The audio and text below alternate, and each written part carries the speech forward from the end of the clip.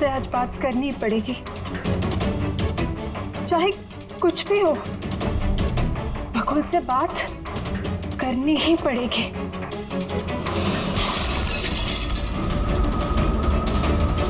घर में तो कोई नहीं है, ये आवाज कैसे?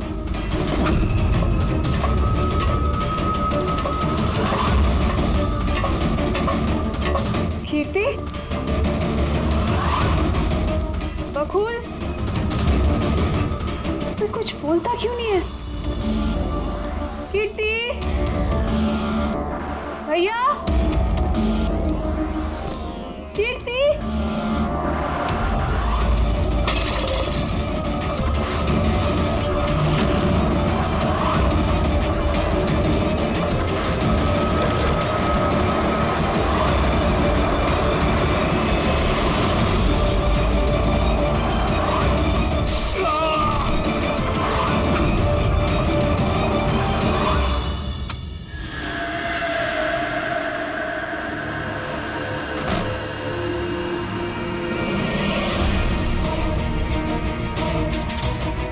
भैया का सूटकेस। भैया बैंगलोर नहीं गए क्या?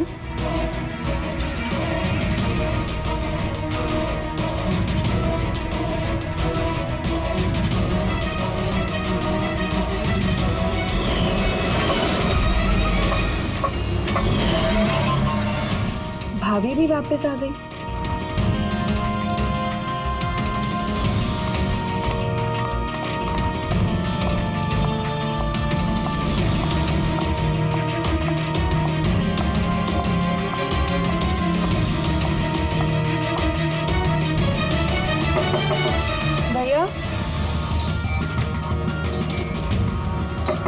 बकुल भैया, भैया आप बैंगलोर नहीं गए क्या? भाभी,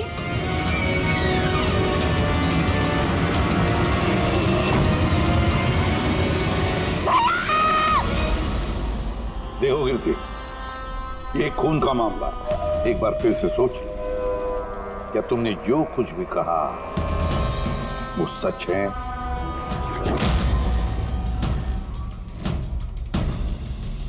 सर, हमें नहीं लगता कि ये बात सच है। आपके लगने या ना लगने से कोई फर्क नहीं पड़ता। जब आपसे कुछ पूछा जाएगा तभी बोलना। हो सकता है ये सच बोल रही हो, क्या पता।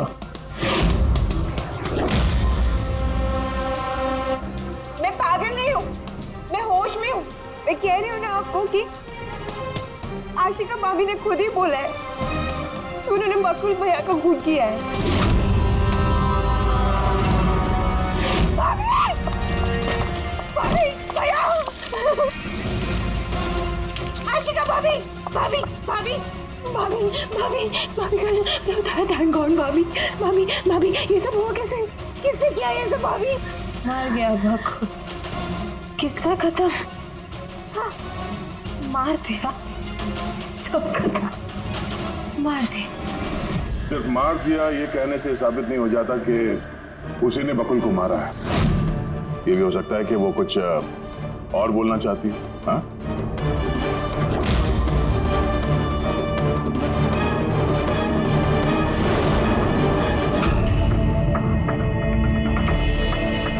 एक बात बताओ, जब बकुल का खून हुआ उस वक्त तुम सब लोग कहां पर थे? कहां थे तुम लोग? मैं और नितिन तो एक दोस्त की शादी में खंडाला गए थे। कीर्ति का कॉल आया और हम भागे चले आए। मेरी बिजनेस मीटिंग थी होटल किड्स में, वहाँ एक क्लाइंट के साथ डिनर था। जैसे ही नितिन का फोन आया तो मैं यहाँ पर चला आया। और आप कीर्ति, आप कहाँ थी? मैं बाहर गई हुई थी। कीर्ति बाहर गई थी, चाचा जी क्लाइंट के साथ मीटिंग में थे और आप दोनों खंडाला गए थे। उस वक्त बकुल और आशिका घर में अकेली थी, है ना? बकुल भैया भी बैंगलोर जाने वाले थे, उनकी 11 बजे की फ्लाइट थी और आशिका भाभी तो पार्टी में गई थी। आप सब घर में नहीं थे तो फिर बैंगलोर जाने वाला बकुल वापस क्यों आया घर पे? और ये आशिका, वो पार्टी से वापस क्यों आई? तो वो आप जाकर आशिका भाभी से पूछिए ना कि वो इतनी जल्दी वापस क्यों आ गई। वो तो घर पे ये बोलकर गई थी ना कि वो सुबह वापस आएंगी। वो तो हम पूछेंगे उससे।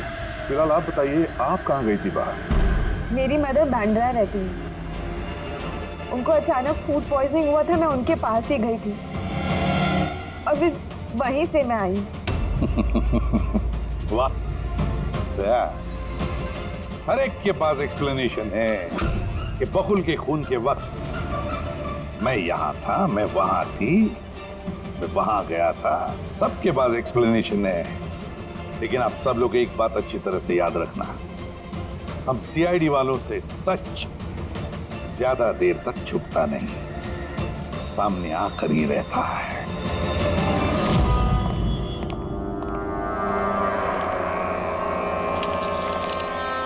हाँ जी, पूरी बॉडी में कांच के टुकड़े घुसे हुए थे। सर हमने और टेस्ट भी किया सर, यहाँ पे जो खून है इसके अलावा कहीं भी खून नहीं है। एक काम करो, घर की अच्छी तरह से तलाशी लो, देखो कोई ना कोई सबूत जरूर मिलेगा, है ना?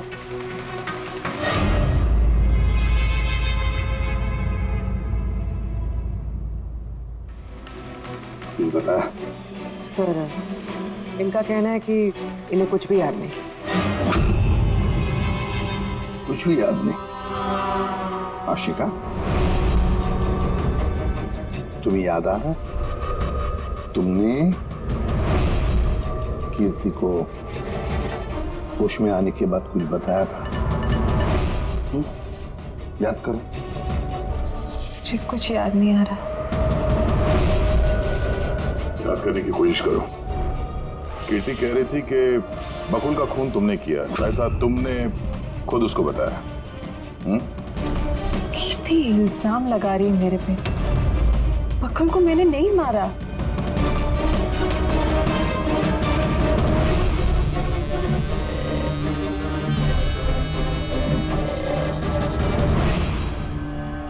सर कहीं ये याददाश्त जाने की एक्टिंग तो नहीं कर रही है? हो सकता है, क्योंकि बकुल यहाँ कमरे में खून से लथपथ पड़ा है, तो इसके सर पे थोड़ा सा निशान है, बस। बेहोश हुई कैसे? वही तो, इससे सच उगलवाना पड़ेगा। कैसे उगलवाएंगे सर?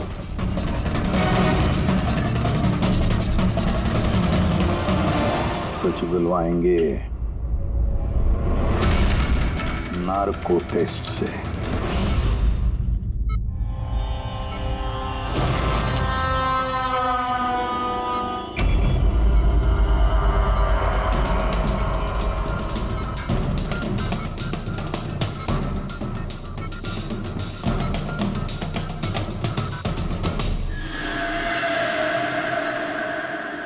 18 अप्रैल की रात को जब आप पार्टी से घर लौटी तो क्या हुआ था? मैं घर में घुसी, बकुल चिल्ला रहा है। फिर क्या हुआ? फिर मैं रूम में गई देखने के लिए। क्या देखा आपने? मैंने देखा कि जैसे ही मैं अंदर गई तो मैंने देखा बकुल वहाँ पे है, उसकी पीठ से खून निकल रहा था। मैंने वहीं पर एक लड़की की लाश पड़ी हुई देखी। मुझे गुस्सा आया और मैंने वहाँ पड़ा एक कांच को उठाया।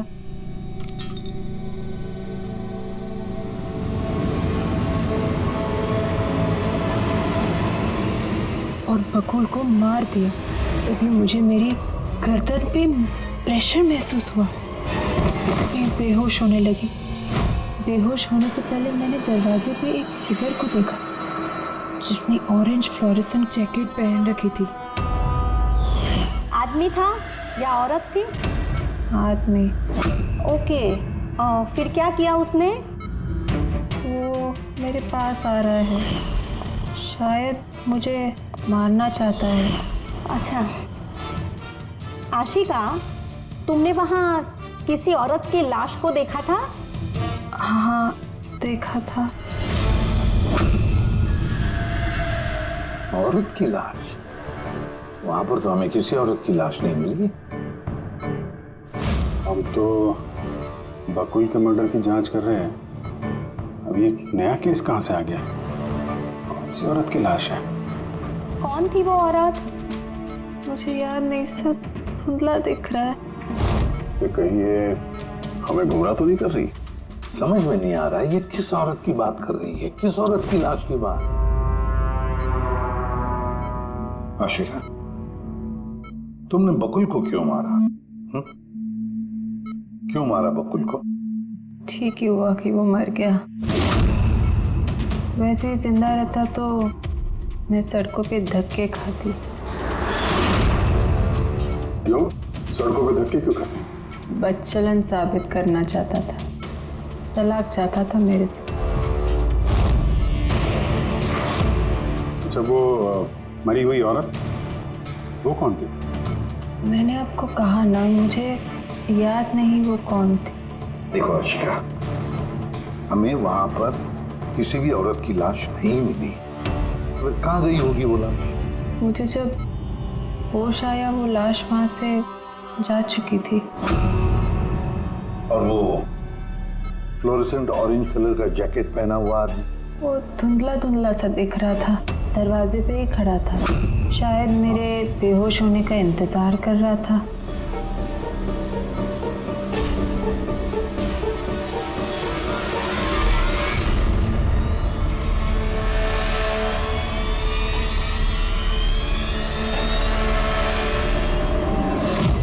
अभी तो आशिका वही बोल रही है जो उसे अच्छा लगता है, मगर टेस्ट में उसने सब कुछ सच सच बोला है। Thank you. सर, अगर इसने नार्को टेस्ट में सच बोला है तो हमें उस मरी हुई औरत के बारे में पता करना पड़ेगा। लगता है क्राइम सीन पर दोबारा जाना पड़ेगा।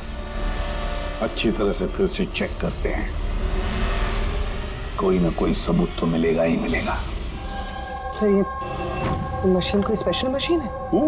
ये मशीन छोटे से छोटा सबूत ढूंढने में भी सक्षम है, जैसे कि माइक्रोब्स जो अक्सर धूल में मिल जाते हैं। और ये जो मशीन है ना, इस कमरे में छोटा से छोटा जो डस्ट पार्टिकल होगा ना, छोटे से छोटा, उससे उस जैकेट वाले आदमी का पता बता देगी जो इस कमरे में मौजूद था।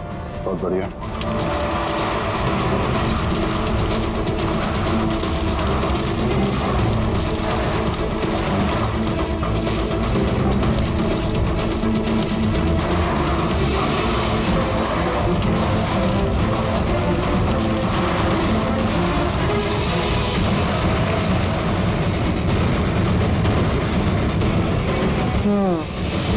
ये देखिए, जो हमारी नजरों से बच गया वो इस मशीन ने ढूंढ निकाला।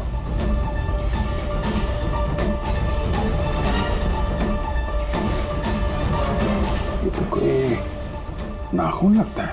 वो भी नेल पेंट लगा हुआ, डेफिनेटली कोई औरत का है। मगर सर, यहाँ कैसे?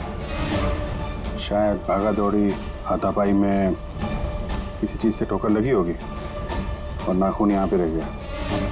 घर वालों का पता करो, इनमें से तो किसी का नहीं।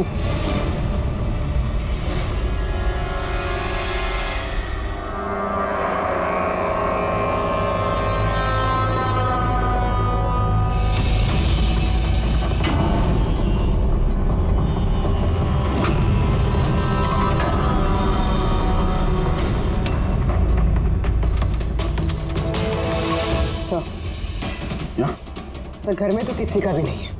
शायद उस औरत का होगा जिसकी लाश आशिका ने देखी थी। लगता तो ऐसा ही है।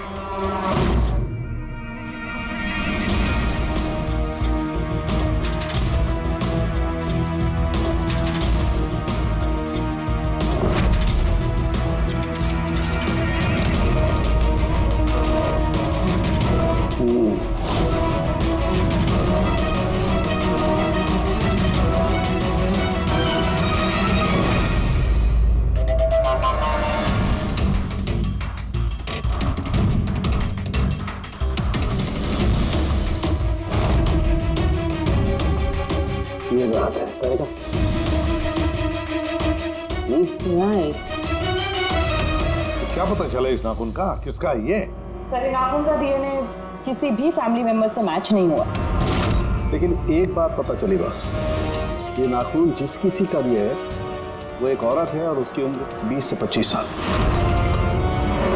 20 से 25 साल की औरत। और एक बात, हाँ,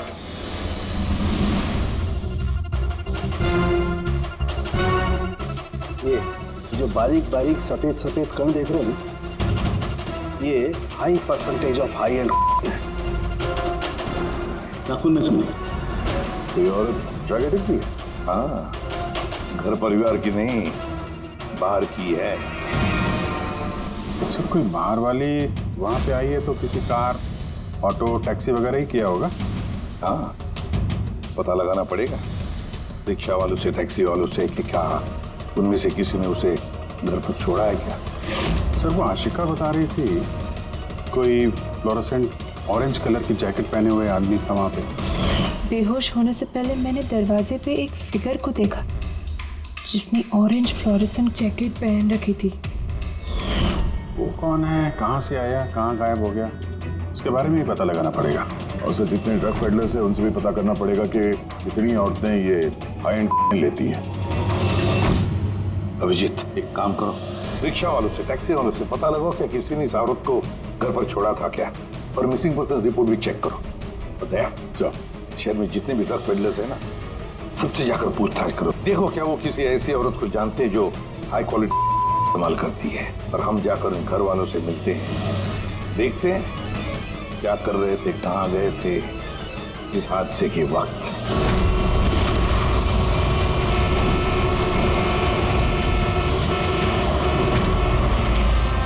तुम्हारी एसोसिएशन से पता चला है कि 10 तारीख को यानी परसों रात में तुमने शांति निवास बंगलो में किसी लड़की को छोड़ा था। हाँ सर, छोड़ा था। कितने बजे की बात है? सर लगभग 1 बजे की बात है, उसी बंगलों में। सर बहुत नशे में थी वो और बार बार अपने हस्बैंड को गाली दे रही थी। अच्छा जी सर।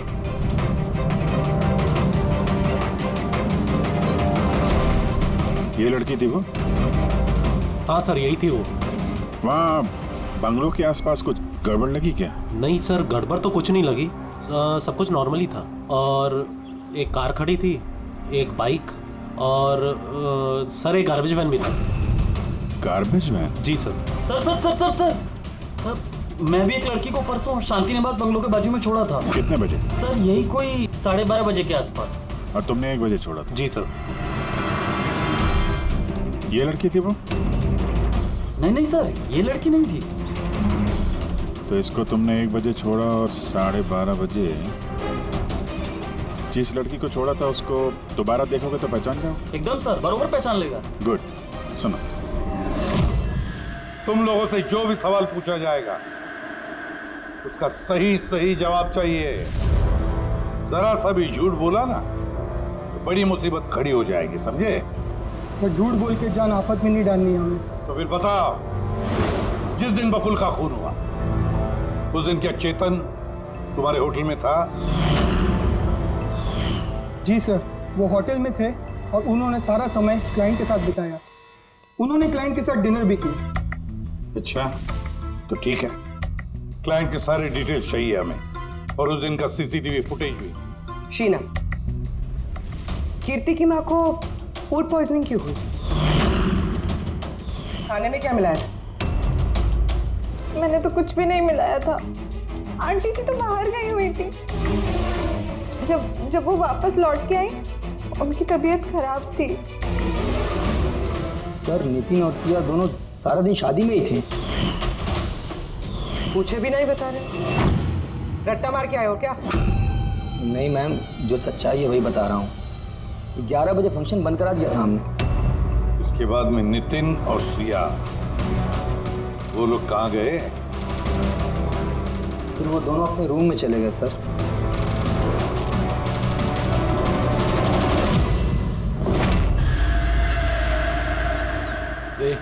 ये माल किधर मिलेगा?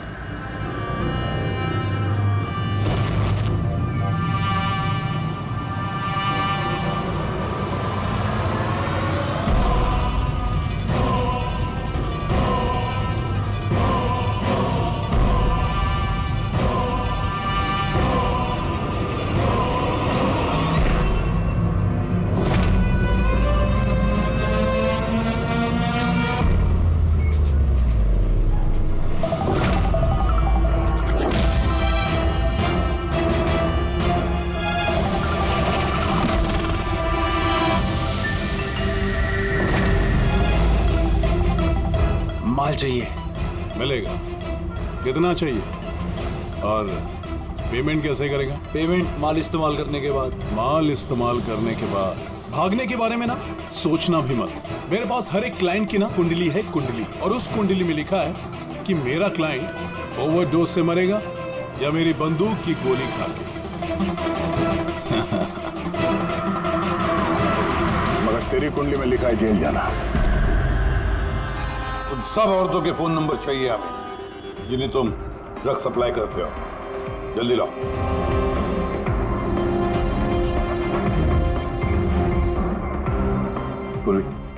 देखो जरा कॉल करके देखो इन सारे नंबर्स पर। देखो कोई गायब तो नहीं है।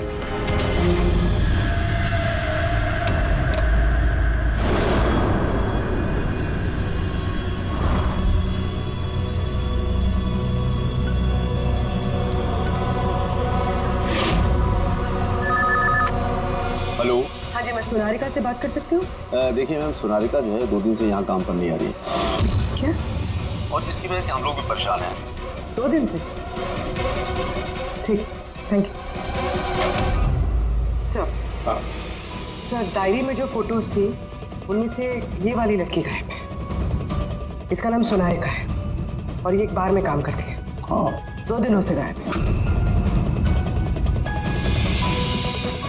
ये सोनारिका, ये तुम्हारी क्लाइंट है? हाँ सर। इसी लड़की को छोड़ा था तुमने? हाँ सर, यही थी, यही थी।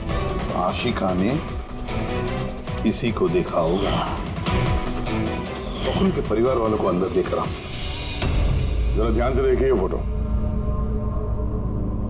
ये वो लड़की है जिसकी लाश आपके घर से मिली थी।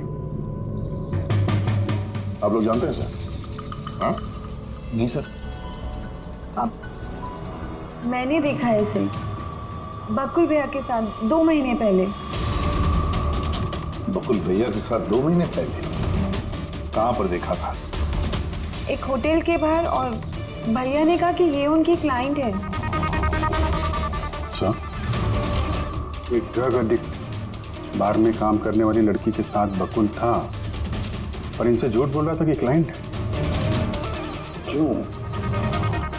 क्यों झूठ बोला उसने?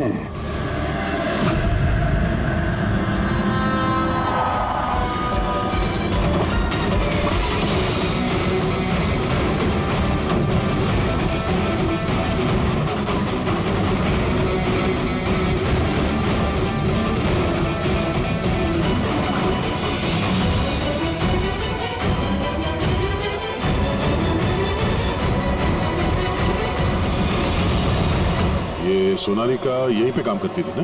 जी हाँ, यहीं काम करती है। आप लोग कौन? सीआईडी। सोनारिका का खून है। क्या? इसीलिए वो 2 रात से यहाँ काम पर नहीं आ रही है। हाँ, मगर हमें उसकी लाश नहीं मिली है। और इसके साथ साथ ये बकुल नाम का आदमी है, इसका भी खून हुआ। हम ये जानना चाहते हैं कि सोनारिका का इस बकुल के साथ क्या संबंध है?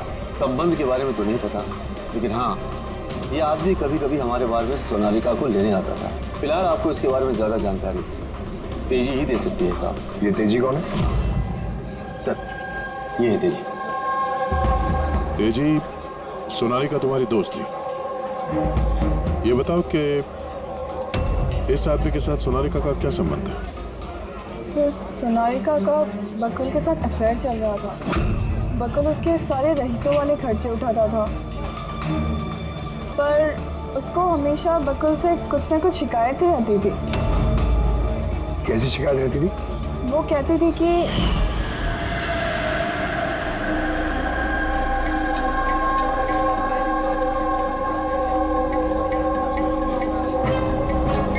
सोनारिका, क्या हुआ? मैं बकुल के साथ ना अब ये रिश्ता और नहीं रख पाऊंगी। क्यों, क्या हुआ? ना तो रिश्ता रखने के पैसे मिल रहे और नहीं वो बकुल अपनी बीवी आशिका को डाइवोर्स दे रहा है। कुछ तो करना पड़ेगा। क्या करेगी तो? ब्लैकमेल। क्या? मैं उसे ब्लैकमेल करूंगी जिसने मुझे नाटक करने के लिए कहा है। तो कोई सोनारिका को पैसे दे रहा था बकुल के साथ प्यार का नाटक करने के लिए। मास्टरमाइंड कोई और ही है? हाँ, और उसी मास्टरमाइंड ने प्लान किया और इस सोनालिका और बकुल को मार दिया। और आशिका का वहां पर आना प्लान में शामिल नहीं था। समझ में नहीं आ रहा है कि ये बकुल अपनी फ्लाइट छोड़कर घर वापस क्यों आया। और सर, अगर खूनी को बकुल की गर्लफ्रेंड को मारना ही था तो कहीं और भी मार सकता था। वहां घर पे क्यों क्यों किया? तो शायद खूनी को पहले से पता था कि बकुल के घर में कोई नहीं, इसीलिए उसने धोखे से सोनालिका को वहां पे बुलाया और उसी समय बकुल और आशिका वहां पे पहुंच गए होंगे। ये हो सकता है। तो सर, लाश को घर से बाहर कहाँ लेके गए होंगे और कैसे? क्योंकि बकुल के घर की सारी गाड़ियां तो पहले से बाहर थी। खूनी अगर चाहता है तो क्या लाश के टुकड़े करके वो सूटकेस में भी ले जा सकता है, या फिर लाश के टुकड़े करके वो प्लास्टिक के थैलियों में भी डाल सकता है। कचरे की थैलियां हैं प्लास्टिक की। हाँ सर। एक कार खड़ी थी, एक बाइक, सर एक गार्बेज वैन भी था। क्या रात के 1 बजे? रात के 1 बजे बंगले के बाहर एक कचरे की गाड़ी खड़ी थी? इसका मतलब है सर ये खून प्लांट था। ये खूनी गार्बेज वैन लेके आया था लाश को ठिकाने लगाने के लिए। और सर, ये फ्लोरेसेंट ऑरेंज कपड़े गार्बेज वैन वाले उसको पहनते हैं। सर, चेतन जिस कंपनी के बिजनेस डिनर पे गया था, ऐसी कोई कंपनी रजिस्टर्ड ही नहीं। मेरी बिजनेस मीटिंग थी होटल किड्स में। और कीर्ति की माँ ने बाहर कुछ भी नहीं खाया। मेरी मदर बांद्रा रहती है, उनको अचानक फूड पॉइजनिंग हुआ था, मैं उनके पास ही गई थी। फिर भी उसे फूड पॉइजनिंग हो गई। ठीक है, ये भी पता लगाना चाहिए कि जिस रात बकुल और सोनालिका का खून हुआ, उस रात खंडाला से कोई टैक्सी या प्राइवेट गाड़ी आई थी क्या बंगले पर? अपनी माँ की बीमारी के बारे में सच सच बताओ। उनकी मेड शीना का कहना है कि उनकी जो भी हालत थी घर के खाने की वजह से नहीं हुई। हाँ, ये सच है। उन्होंने घर का खाना नहीं खाया था, बल्कि वो तो ये बता रही थी कि वो ड्राइवर के साथ बाहर गई थी और कार में उन्होंने कुछ दवाई खाई थी। दवाई खाई? हाँ, हमारे ड्राइवर अमन का भी यही कहना है। तुम्हारा ड्राइवर अमन का? सर, उन सभी ड्राइवरों को साथ में लेके आया हूँ जो गार्बेज वैन चलाते थे। हमें एक गार्बेज वैन के बारे में पता चला है जो आधी रात को सड़क के बीचों बीच खड़ी थी, जिसमें लाश डाल के ले जाया गया। वैन का पता चल गया? सर्विलेंस कैमरे में वो वैन साफ साफ दिख रही है हमें। क्यों?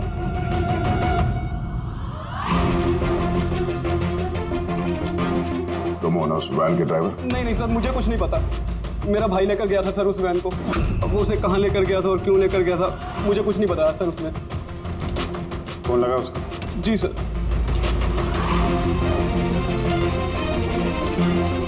हेलो अमन, कहाँ है तू?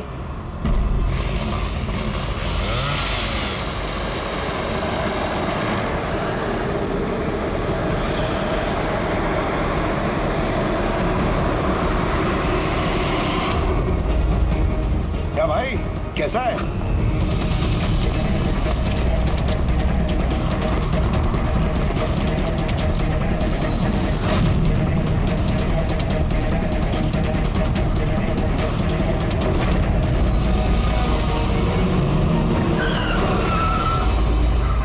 सर, मैं सच बता रहा हूँ, मैंने तो जो कुछ किया उस फोन कॉल की वजह से किया था जो बकुल सर के बंगले से आया था। किसने फोन किया था बकुल के बंगले से? मैंने उसे कभी देखा नहीं है, सिर्फ उसकी आवाज़ सुनी थी।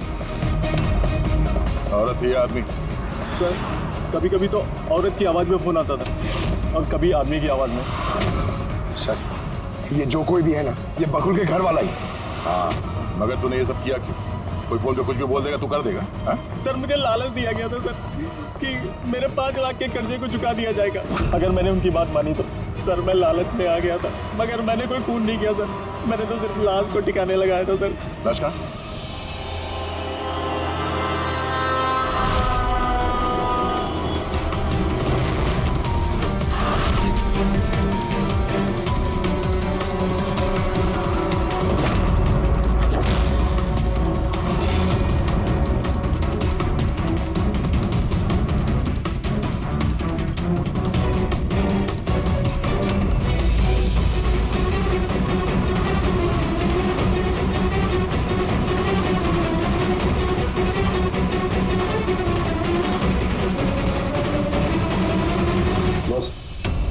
इस लड़की का गला घोटा गया है, शायद इसी से इसकी मौत हुई है। तो इसीलिए सोनारिका के खून का कोई भी निशान नहीं था क्राइम सीन पर।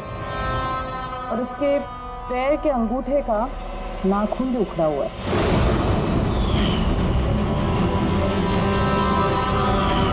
और सर ये क्या है, ये पीला पीला पार्टिकल? यही तो इस केस की सबसे अहम कड़ी है। चलिए खड़े हो जाइए सर, उठिए। और कितनी पूछताछ करेंगे आप लोग? सब कुछ तो बता दिया हमने। इस बार कोई पूछताछ नहीं होगी, आप सभी का नार्को टेस्ट होगा।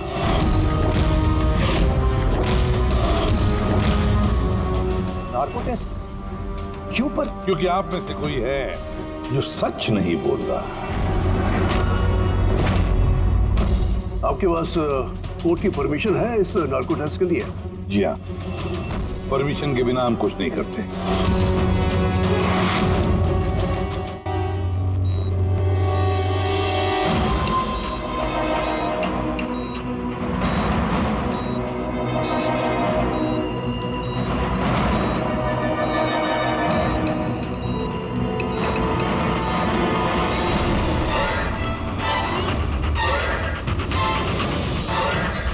नींद आ रही है? जो मैं आपको बोलूंगी उसका सही सही उत्तर दीजिएगा, ठीक है? सोनारिका को जानती हो? हाँ। बकुल का अफेयर था सोनारिका के साथ, ये भी जानती है आप? हाँ, मुझे दोनों पे शक था। क्या आशिका ने सोनारिका का खून किया है? आशिका जानते नहीं थे सोनारिका को, तो खून कैसे करेगी? अभी आपको नींद आ रही है? हाँ। सोनारिका को जानते हो? नहीं। बकुल का अफेयर था सोनारिका से, ये जानते होंगे आप? नहीं।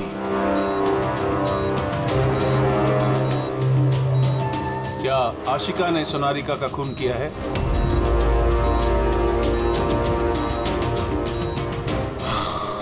आशिका सोनारिका को जानती थी। आशिका ने ही बकुल और सोनारिका का खून किया है। उसी ने ये खून की साजिश रची थी। आशिका की हरकतें कुछ दिनों से काफी अजीब थी। ये बात मैंने बकुल को बताई थी। क्या हुआ सर? हुआ कुछ नहीं नितिन, सिर्फ इतना बताना था कि ट्रुथ सीरम के असर से इंसान सिर्फ उतना ही बताता है जितना उसे पूछा जाता है, ज्यादा कुछ नहीं बताता। अब बात यह है कि इंसान का दिमाग अपना मेमोरी शेयर करता है पर ओपिनियन नहीं देता, जैसे तुमने अभी दिया। अब सारी असलियत फटाफट बता दे, वरना असली वाला सीरम देना पड़ेगा तुझे। असली ट्रूथ सीरम मतलब ये कि हमने जो सीरम दिया था वो ट्रूथ सीरम नहीं था, ग्लूकोज का इंजेक्शन था। What?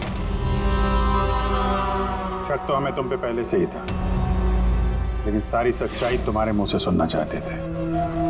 नितिन, सब कुछ तुमने बड़ी सफाई से, बड़ी चालाकी से किया था, लेकिन सोनारिका के चेहरे पर जो हल्दी लगी थी ना, उसने तुम्हें पकड़वा दिया। वही हल्दी जो शादी के वक्त तुम्हारे हाथ में लगी थी। ये पीला पीला पार्टिकल दरअसल हल्दी है, और इस हल्दी में आटा और तेल भी मिला हुआ। आटा, तेल, हल्दी। चेहरे पे हल्दी नहीं है, सिर्फ यहाँ गर्दन के पास। कहाँ से आई होगी ये हल्दी? सर सिया बता रही थी कि वो लोग खंडाला गए थे शादी के लिए, और वहाँ पे हल्दी की रस्म में शामिल भी हुए थे वो लोग। बकुल 500 करोड़ का एम्पायर चला रहा था, वो एम्पायर जो मैंने सेटअप किया था, लेकिन वो मुझे ही उस एम्पायर से बेदखल करने की फिराक में था। तो फिर उससे बात करते थे, उससे समझाते थे। बात करने की कोशिश की थी सर, कई बार कोशिश की थी, लेकिन वो सुनता तब ना। भाई था वो मेरा, मैं नहीं मारना चाहता था उसे, लेकिन वो पूरा एम्पायर अपने नाम पे करवाना चाहता था। इसीलिए फिर मैंने भी एक प्लान बनाया। क्या प्लान बनाया? बकुल और आशिका के आए दिन झगड़े होते रहते थे। वो आशिका को छोड़ना चाहता था। मैंने सोनारिका को पैसों का लालच दिया और उससे कहा कि बकुल से झूठ मूठ का प्यार का नाटक करे और एक दिन आगे जाके उससे शादी भी करे। दरअसल मैं सोनारिका के जरिए अपना एम्पायर हासिल करना चाहता था। मगर उसे क्यों मार दिया? वो तो तुम्हारा साथ दे रही थी। शुरू में सर, लेकिन बाद में उसने मुझे ब्लैकमेल करना शुरू कर दिया। और इसलिए तुमने सोनारिका को धोखे से घर बुला लिया? हाँ सर। उस रात मैंने ऐसी सिचुएशन क्रिएट की जिससे कि सब लोग घर से बाहर रहे। मैं भी सिया के साथ खंडाला चला गया और जैसे ही सिया ने दवाई ली और सो गई, मैं फौरन टैक्सी पकड़कर यहाँ आ गया और अमन को बुला लिया। सोनारिका के घर पहुंचते ही, देखो सोनारिका, मेरी बात समझने की कोशिश करो। अगर बीच रास्ते में तुमने मेरा साथ छोड़ दिया तो मेरा पूरा प्लान चौपट हो जाएगा। हो जाए प्लान चौपट, मुझे कोई फर्क नहीं पड़ता। और वैसे भी मुझे उस बकुल में कोई इंटरेस्ट नहीं है और ना ही मैं उससे प्यार करती हूँ और ना ही मैं उससे शादी करना चाहती हूँ।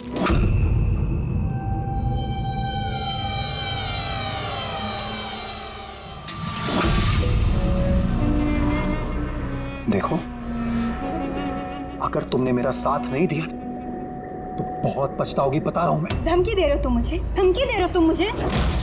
हाँ? ऐसा ही समझ लो।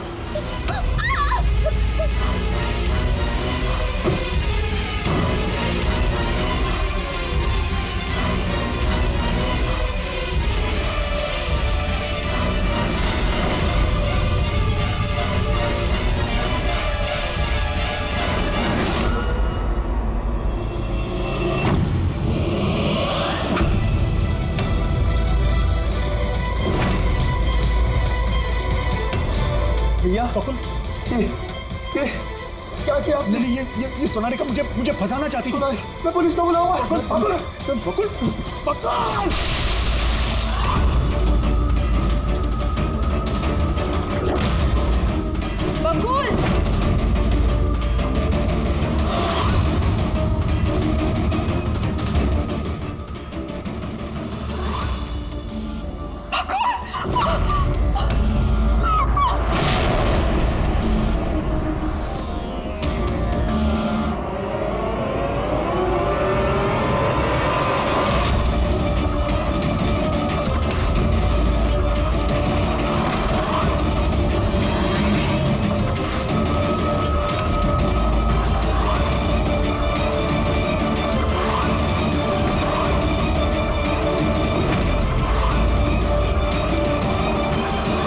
मैंने अमन को फोन पे पहले ही बता दिया था सोनारिका की लाश को ठिकाने लगाने के लिए। उसने